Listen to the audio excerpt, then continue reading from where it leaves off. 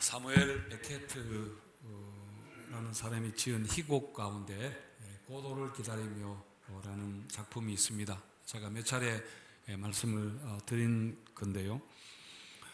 두 사람이 나무 아래에서 고도라는 인물이 오기를 기다리는데 끝내 오지를 않습니다. 그리고 사실 고도를 기다리며 고도가 누구인지도 전혀 알지 못합니다. 그러다가 한 소년이 나와서 고도가 오늘은 못 옵니다. 그러나 내일은 반드시 옵니다. 라고 그렇게 말하고 들어가는데, 그렇지만 내일도 역시 오지 않습니다. 끝까지 고도가 오지 않습니다. 여러분, 이런 기다림이 있습니다. 기다려도 오지 않고 불러도 대답 없는 그런 기다림이 있습니다. 우리도 살면서 이런 순간을 자주 만나게 될 텐데요. 빨리 와야 하는데 왜 오지 않는가, 왜 이렇게 늦는가 하면서 애가 탈 때가 있습니다. 그리고 기도했는데 응답이 늦어지고 하나님을 믿는데 하나님이 너무 멀게 느껴지는 그럴 때가 있죠. 자, 오늘 성경 본문에 바로 그렇게 기다리던 두 사람이 나옵니다. 한 사람은 오랫동안 병에 시달리면서 낫기를 기다리는 한 여인이고, 그리고 또 한 사람은 딸이 죽어가고 있어서 예수님이 빨리 오시기만을 기다리는 그런 아버지입니다. 한 사람에게는 너무나 긴 기다림이었고, 또 다른 한 사람에게는 너무 짧은 기다림이었지만은 두 사람 모두에게 들린 말은 똑같았습니다. 이제 끝났다 하는 겁니다. 자, 그런데 이들의 기다림, 성경에 나오는 이들의 기다림이 앞에서 말한 고도를 기다리는 것과는 결정적으로 달랐습니다. 예수님은 오셨기 때문입니다. 예수님은 오고 계셨습니다.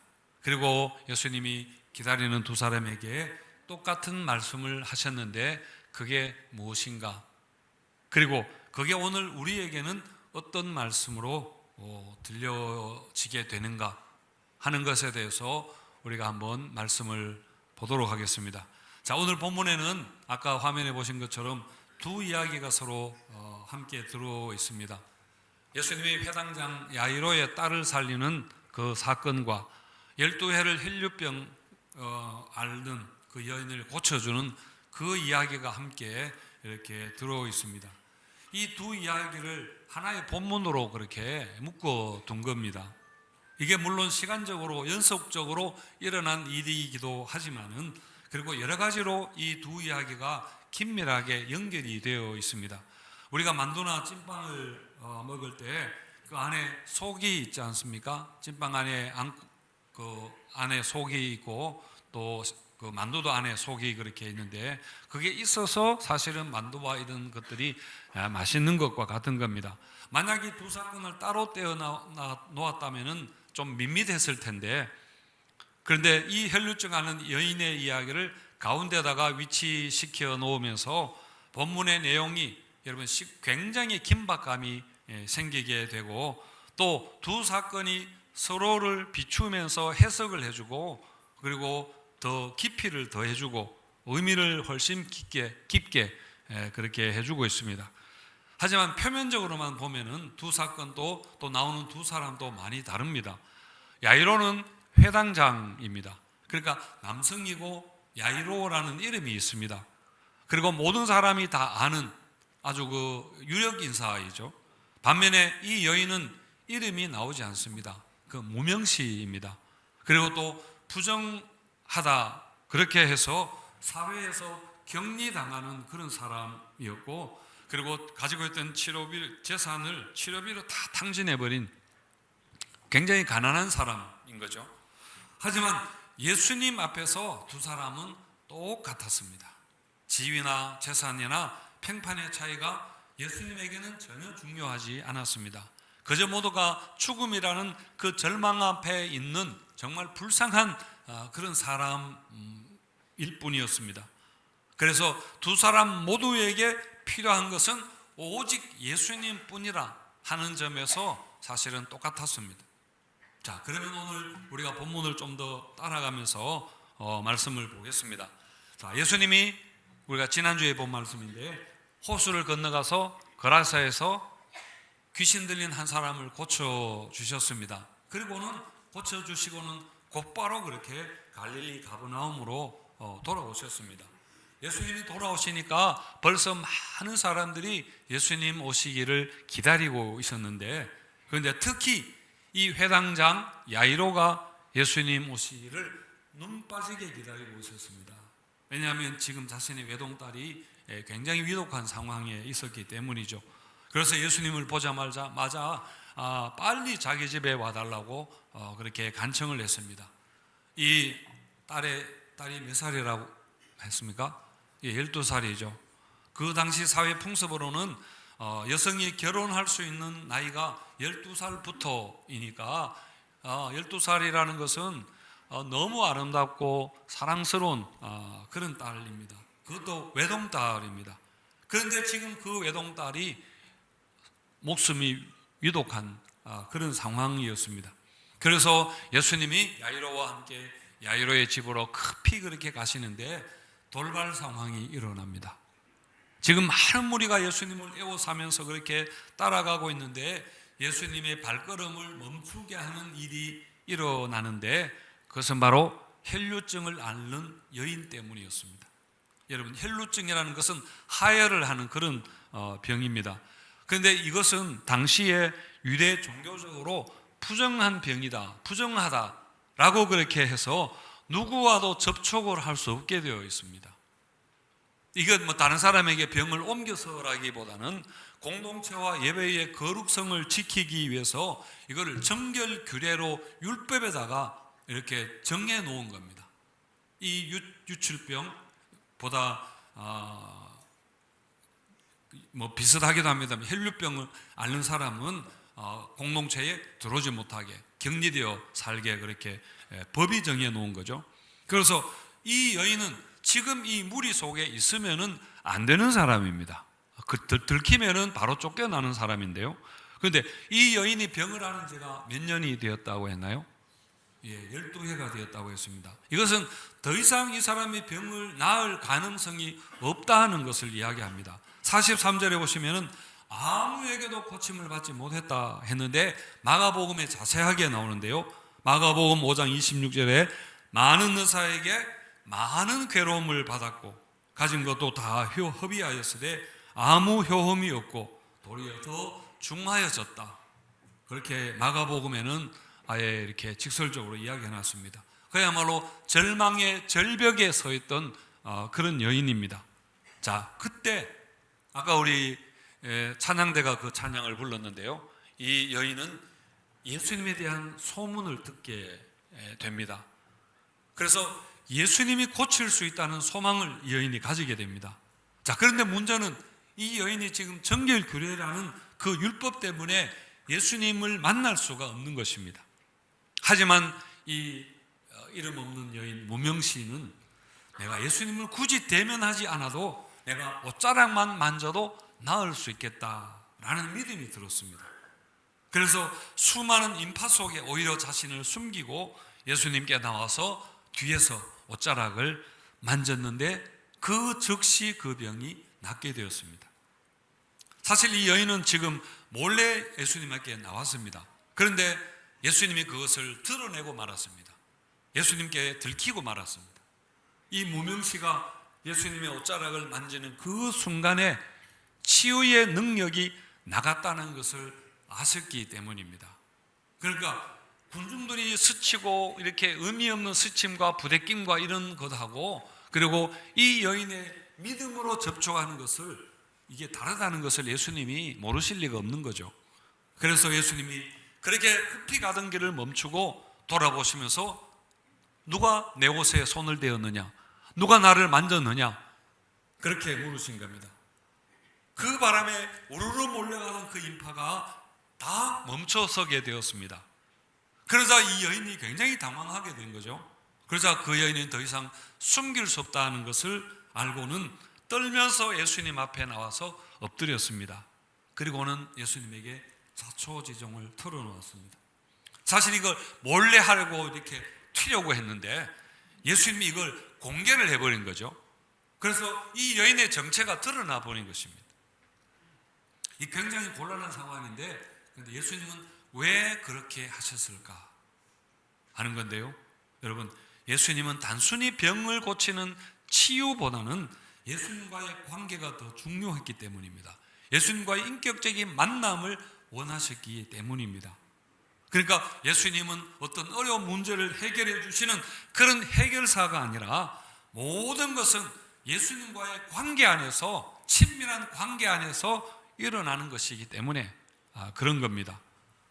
그래서 예수님은 많은 무리들 앞에서 이 여인을 세우시고는 이 여인에게 따라, 그렇게 부르셨습니다. 정말 불치병과 소해로 그동안 고통받던 그녀에게 예수님이 가장 친밀하고 깊은 사랑의 언어로 그렇게 그녀의 존재를 새롭게 내려주시고 세워주신 것입니다. 그리고 또 예수님이 이 여인을 드러내시고 불러주신 것은 가장 중요한 것을 한 가지를 말씀하시기 위해서 그렇게 하셨는데, 그게 뭐냐면은 바로 믿음입니다. 믿음에 대해서. 우리 48절 한번 읽어볼까요? 같이 읽습니다. 시작. 예수께서 이르시되 따라 내 믿음이 너를 구원하였으니 평안히 가라 하시더라. 예수님의 옷자락을 만졌기 때문에 병이 나은 게 아니라 믿었기 때문에, 믿음 때문에 라는 것을 말씀하는 겁니다.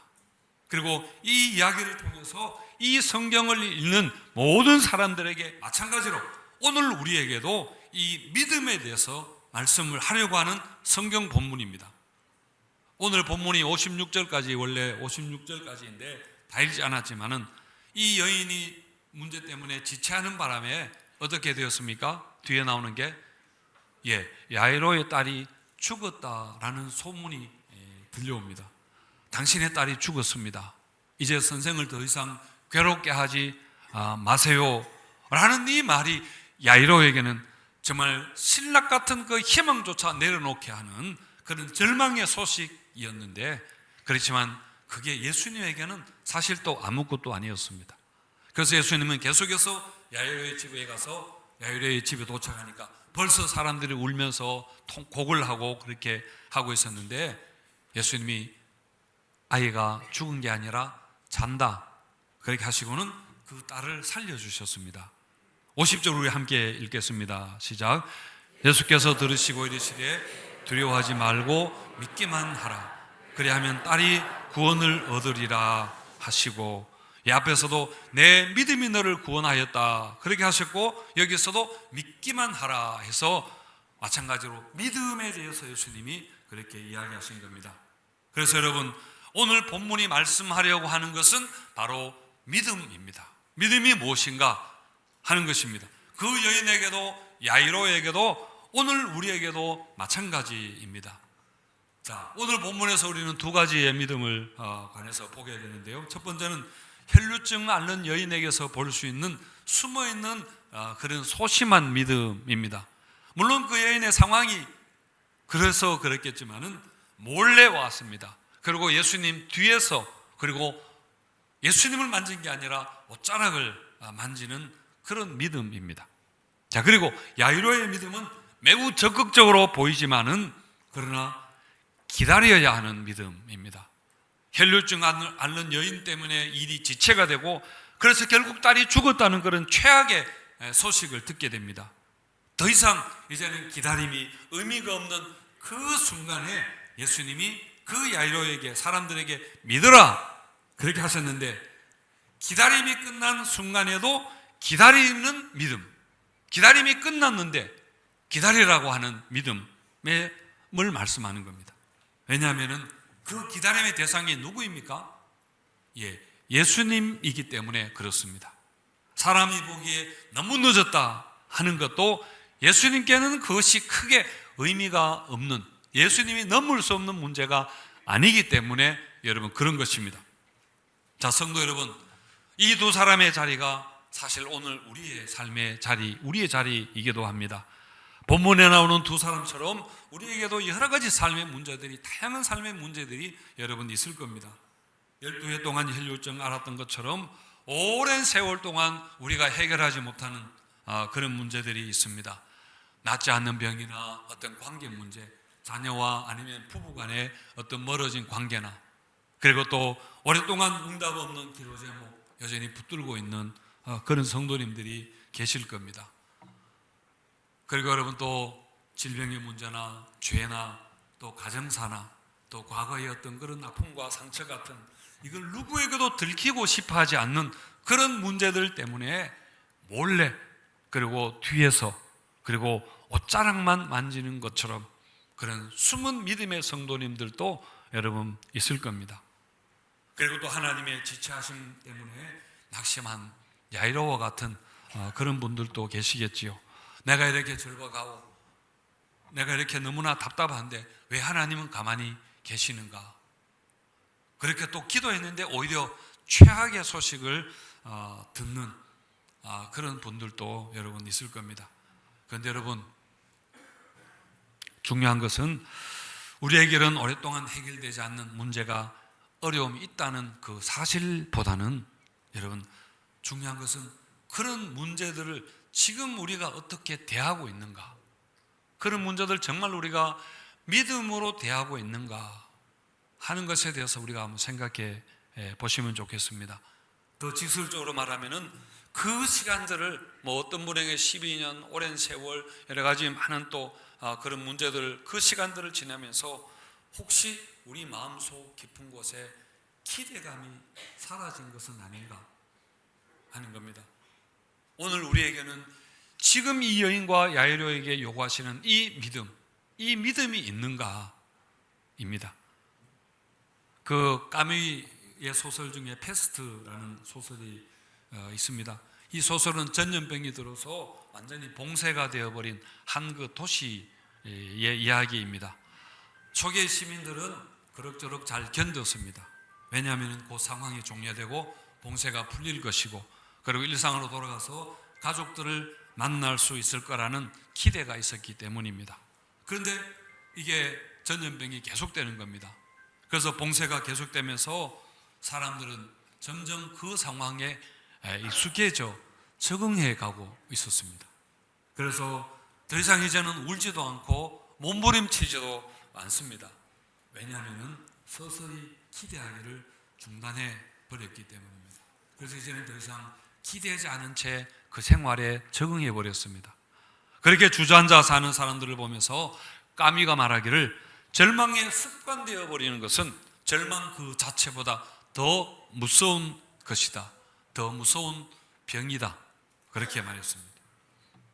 여러분, 우리는 오늘 이 본문의 말씀을 들으면서 어떻습니까? 제가 앞에서 고도를 기다리는 것에 관해서 언급했는데, 여러분 사실 여러분 우리 신앙이 정말 고도를 기다리는 것과 같은 것은 아닌가?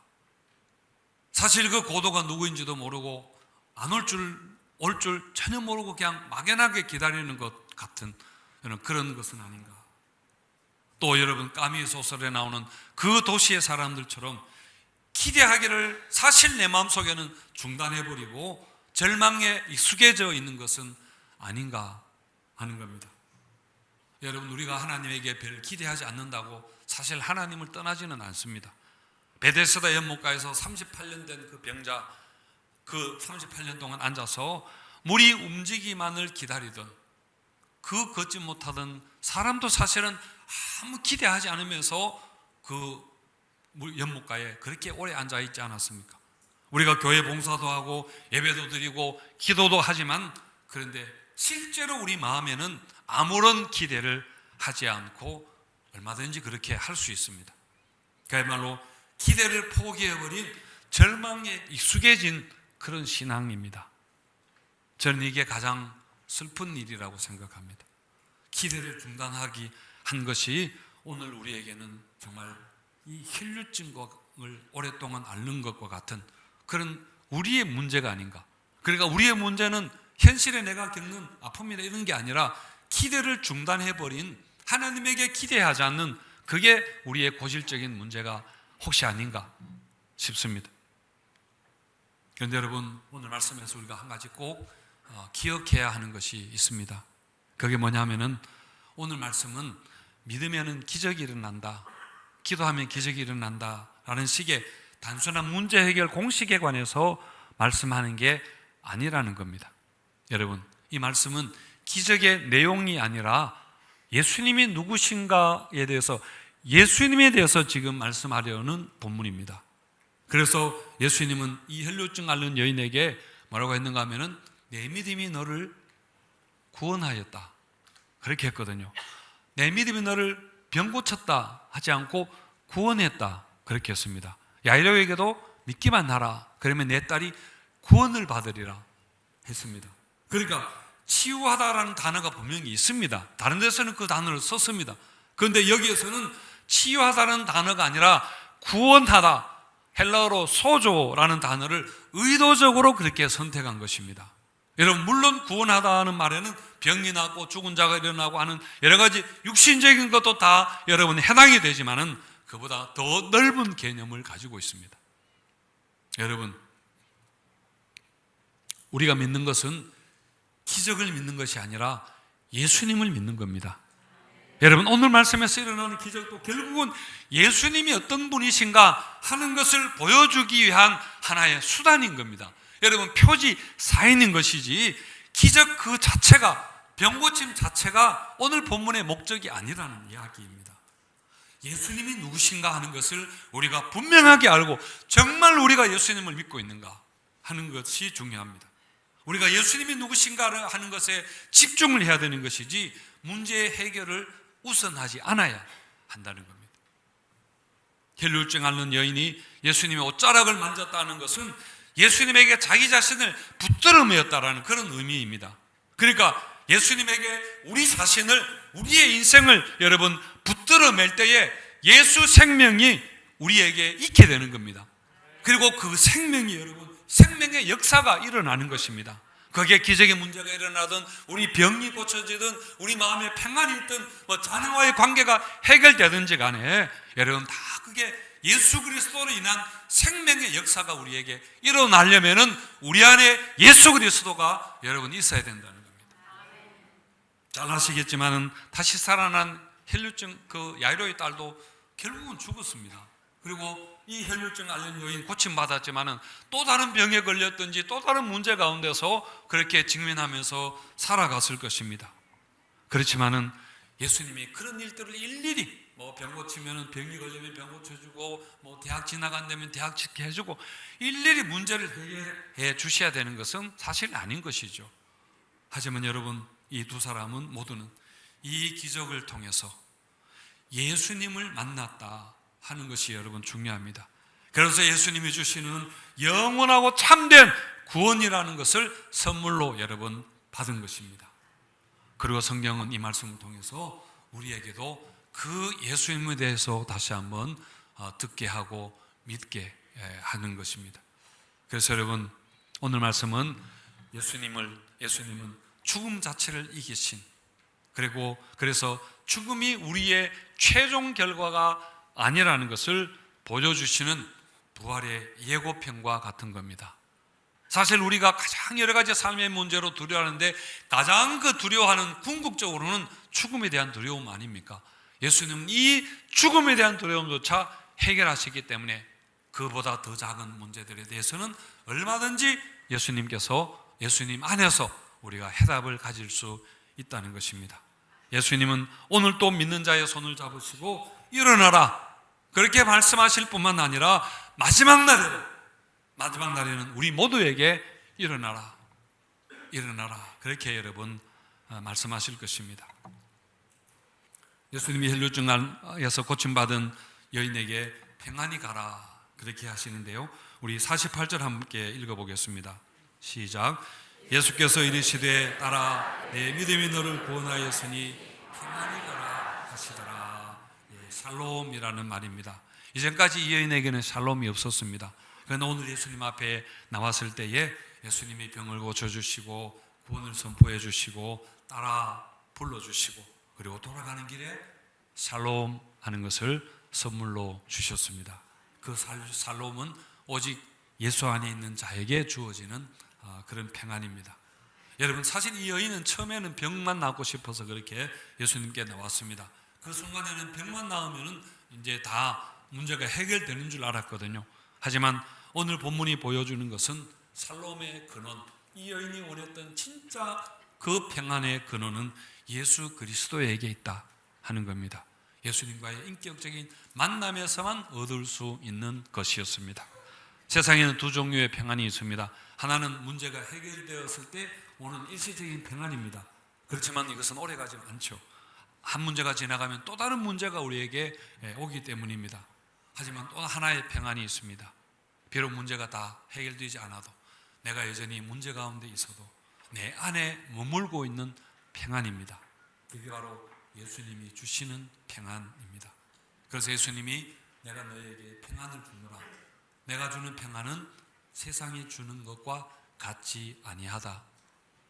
그렇게 하셨죠. 사랑하는 성도 여러분, 세상이 주는 평안은, 우리가 그런 기대하는 평안은 문제가 없어졌을 때 잠깐 오는 그런 것입니다. 그러나 예수님이 우리에게 주시기 원하는 그 평안은 우리의 상황이 어떻고에 관계없이 내가 주님 안에 있을 때 항상 누리게 되는 그런 평안입니다. 오늘 우리도 이 주님의 음성을 듣고 가셨으면 좋겠습니다. 딸아, 사랑하는 딸아, 사랑하는 아들아, 내 믿음이 너를 구원하였으니 평안히 가라 입니다. 사랑하는 성도님들에게 주님 주시는 이 평안이 항상 넘치게 되시기를 축원드립니다.